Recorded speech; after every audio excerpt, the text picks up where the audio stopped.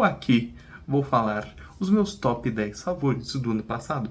Filmes até mesmo que não tem críticas aqui, mas tem nas minhas plataformas de Letterboxd, que você encontra pelo mesmo nome de O Cara da Cultura, ou no Instagram, etc. Aqui eu vou dizer quais foram os meus top 10 filmes do ano passado, no caso. Então aqui vão os meus top 10 filmes de 2024.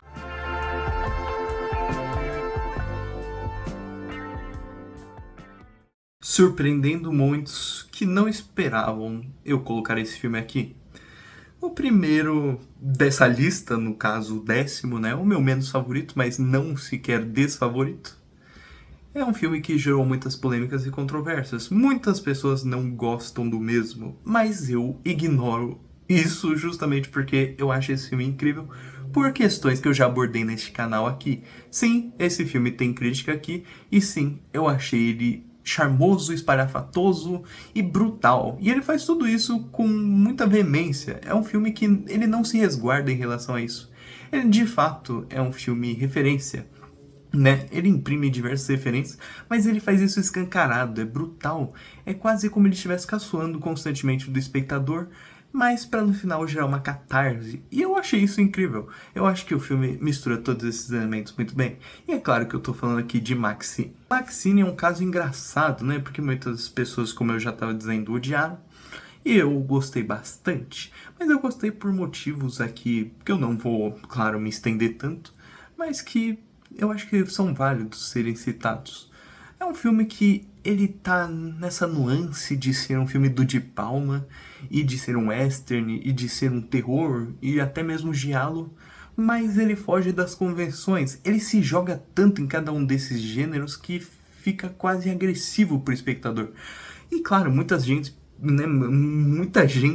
muitas pessoas não gostaram muito dessa sacada, né, do filme, dele se quebrar por inteiro e se mostrar ao espectador desse jeito, mas eu fiquei encantado por isso. É um filme que eu reassisti diversas vezes no próprio cinema e eu fiquei maravilhado justamente por isso. É um filme que se joga tanto, se ousa tanto nessa questão, né, de ser espalhafatoso, que você ao final compra a catarse da Maxine e você fica comovido por aquilo.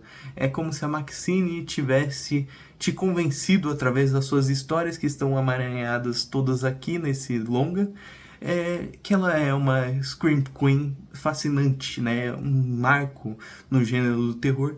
E eu, de fato, gostei bastante de Maxine. Por todas essas razões e motivos, é um filme que se joga tanto em tudo que no final você acaba maravilhado. O nono lugar é um filme curioso. Aqui é um filme que eu amei.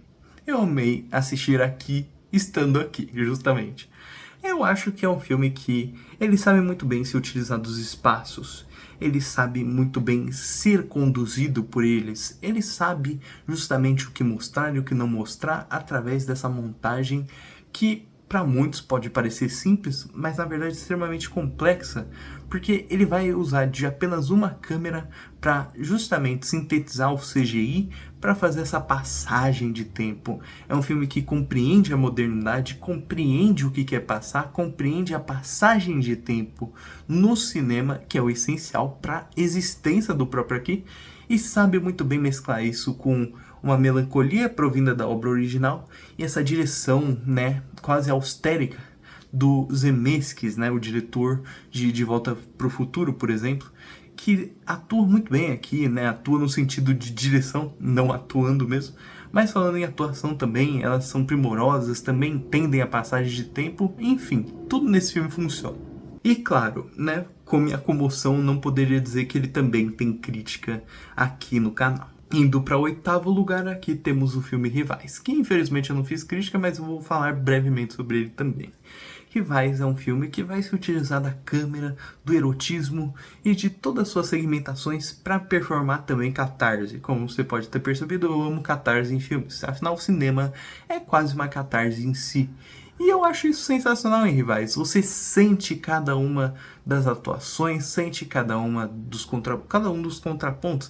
É um filme, né, que muitas pessoas falaram, eu concordo, do De Palma, filmado atualmente. E eu acho isso incrível, porque você sente os personagens e eles são mais importantes até mesmo do que núcleo narrativo ou coisa assim. A forma como a câmera os mostra, essa jogada constantemente erótica, né? Esse jogo mental que eles criam, tudo isso ajuda muito em Rivais e eu gostei justamente por isso. Partindo para o sétimo lugar, aqui as coisas vão ficar um pouco mais complexas, porque eu vou falar de uma obra que quase ninguém assistiu. Continente é um terror nacional que eu assisti esse ano com o elenco, com a presença do diretor, e eu fiquei fascinado por.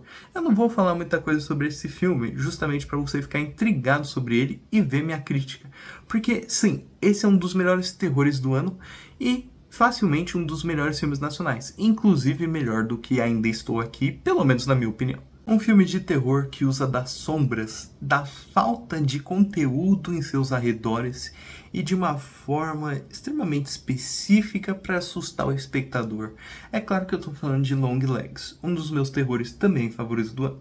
Eu gosto muito de terror e eu gosto muito de Long Legs. Eu acho que ele retoma certos ambientes, né, lynchianos, mas ele não somente retoma isso, até mesmo retoma Hitchcockianos. Essa perseguição, essa psicose constante, né, da personagem principal com o mal que assombra ela constantemente. E onde isso vai dar? O que isso vai acontecer? O que vai acontecer com essa história? Né? Isso daí tudo é abordado em Long Legs. Um filme que não se segura de certas formas. O terror está ali a todo momento. A qualquer momento pode literalmente pular o demônio na tela e aterrorizar o espectador com um jumpscare ou coisa do tipo. E não faria mal nenhum o filme. Mas o filme se resguarda nos limites para se chocar ao final.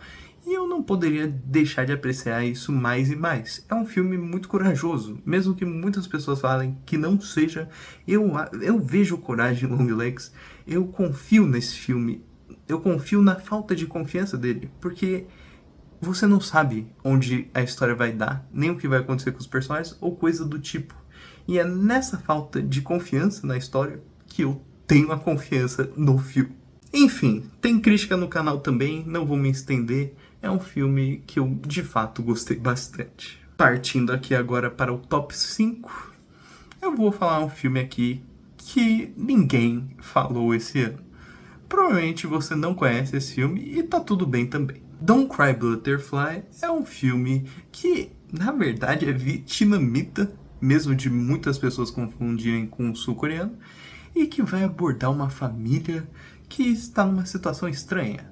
A mãe se divorcia do pai, porque o pai está muito ausente. E a filha dele está num constante indo e vindo com um suposto namorado, suposto amigo.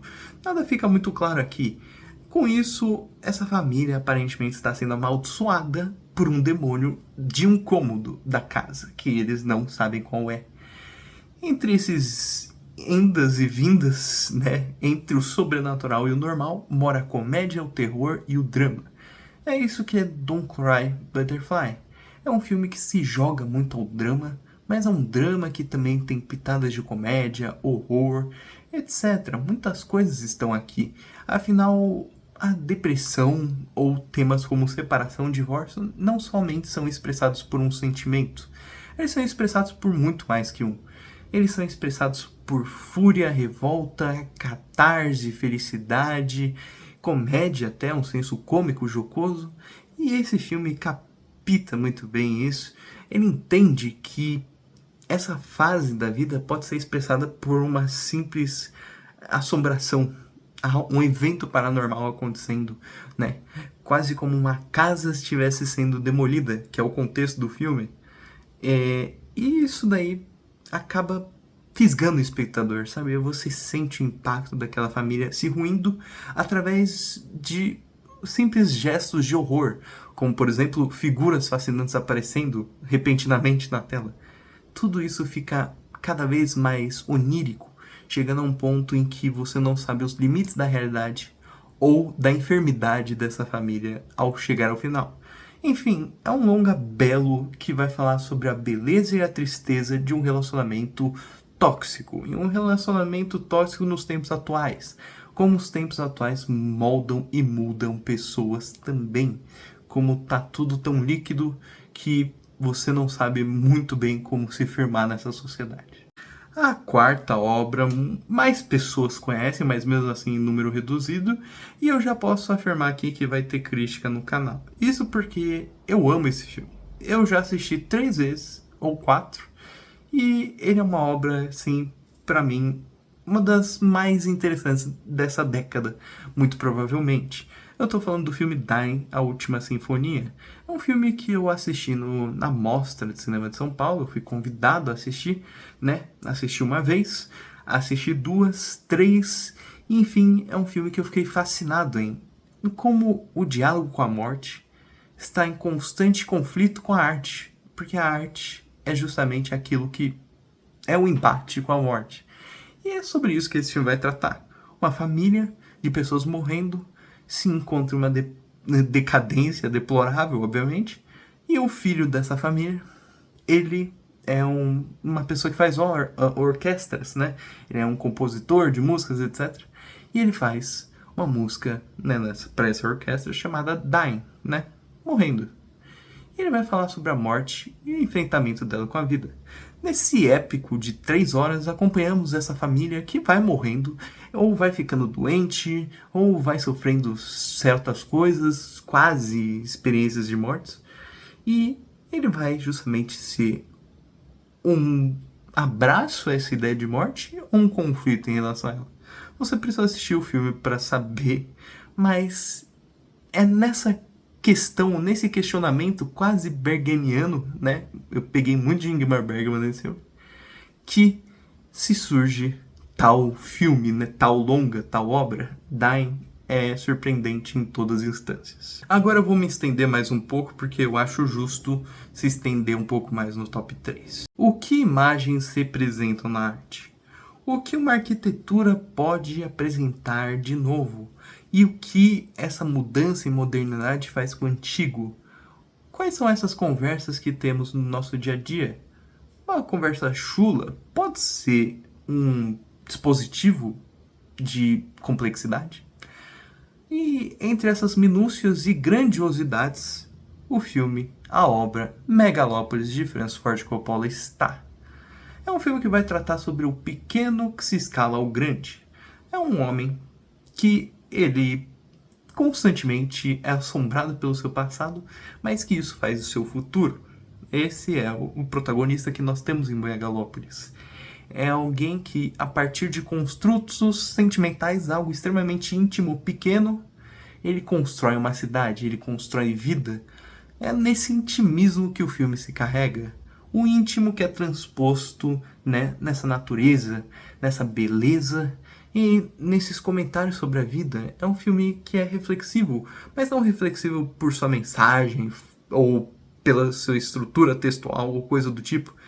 As imagens moldam o sentimento que é assistir esse filme.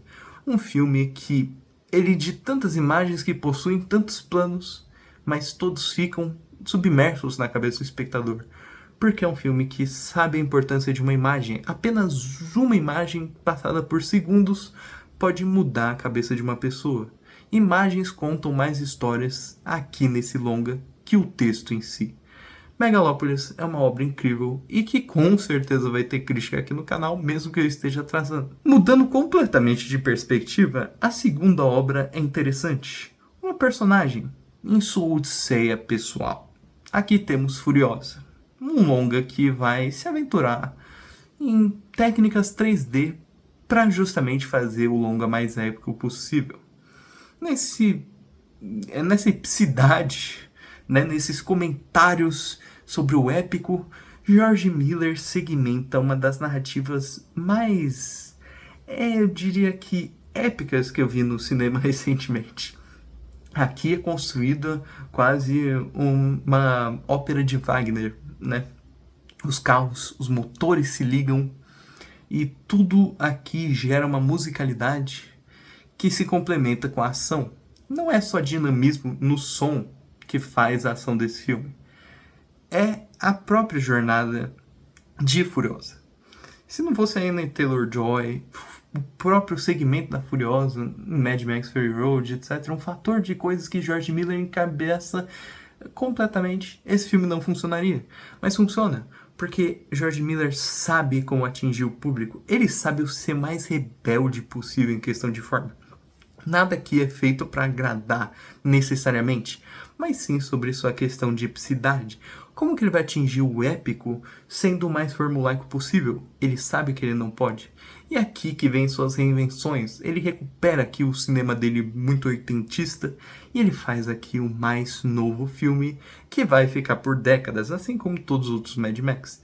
Enfim, Furiosa é um longa que vai tratar sobre o épico não só em forma, mas também nos seus planos e texto. É um longa que sabe adaptar o épico para uma modernidade, uma rebeldia nesse épico. Algo que o George Miller faz desde os seus primórdios e que ele aparentemente não desaprendeu a fazer. Mesmo exaltando essa obra completamente, eu não posso deixar de falar que ela tem crítica também no canal. Finalmente, chegando à primeira, eu acho que uma das coisas que mais me tocou logo de cara é sua protagonista. Sabe, é o tipo de filme que ele te deixa reflexivo, mas por ser tão simples. Há uma complexidade na sua simplicidade, eu diria isso. É um longa que faz você amar uma personagem inexistente, mas que existe no cotidiano de todo mundo. Uma personagem que sonha alto e que pensa que por alguns instantes o seu sonho foi completo. Ela acha que isso vai ficar para sempre e que essa realidade não vai mudar. Mas ela muda, e ela muda de um instante para o outro. A Nora é o filme do momento, mas eu não diria que é só do momento, não. É o filme desse ano, é o filme que mais me marcou. Se Dying, que estava na 4ª posição, já ficou com um dos melhores da década, a Nora virou um dos meus filmes favoritos. Ele tem uma simplicidade na sua forma constante. Ele de fato não tenta ser exibicionista ou coisa do tipo. Ele é um conto de fadas, só que um conto de fadas atual, que vai tratar de garotas de programa que sonham alto. Uma pessoa da classe baixa que sonha com justamente um mar de infinidades. Um mar de infinidades que poderia ser preenchido com um simples clique num papel ou qualquer tipo de coisa, mas que poderia também ser perdido em instantes. Um jogo entre mundo alto e mundo baixo que se mostra nessa personagem. Que ela também se mostra um tanto dócil, mas um tanto raivosa com esse mundo. Um tanto protetiva, diria. É sobre isso que vai tratar a Nora. Essa garota, ao ser jogada nesse mundo, fica em constantes derivas. Para onde ir e o que fazer. Mas ela acha seu objetivo. Ela acha sua pessoa. Né? Ela acha seu príncipe. Porque esse aqui é um conto de fadas. E a Nora crê que uma vez na vida dela tudo deu certo. E que ela está plena em si. Porém, com certas reviravoltas e basicamente uma ordem maior, sua vida é completamente arruinada de um instante para o outro. Partindo assim numa busca jocosa através do seu objetivo que aparentemente já foi perdido desde o início. A Nora é um filme sobre o empenho de tentar achar um caminho para essa solução que é a vida. É uma garota que encontramos todos os dias na Nora. Ela respira, fala e age como um ser humano, com diversas caras, máscaras até, mas que estão ali porque ela quer tentar ser alguém e tem até mesmo certa pureza no ato dela tentar ser várias pessoas debaixo de uma máscara, mas que com o decorrer dessa narrativa tudo vai se perdendo. Essa personagem vai virando real cada vez e cada vez mais e suas máscaras vão caindo. E ela é constantemente amordaçada por esse mundo e entre essas várias coisas do destino, uma comédia romântica flui. Justamente da desgraça, Sean Baker, o diretor da obra, faz a comédia e o romance. Ao final, a Nora transpira e respira melodrama. Uma personagem que tá buscando algo, mas não sabe exatamente o que. E várias oportunidades surgem na sua frente, assim como também diversas portas fechadas. O que ela vai fazer, nós não sabemos. Só sabemos ao final que estamos encantados por ela e que toda a experiência da obra valeu e de muito.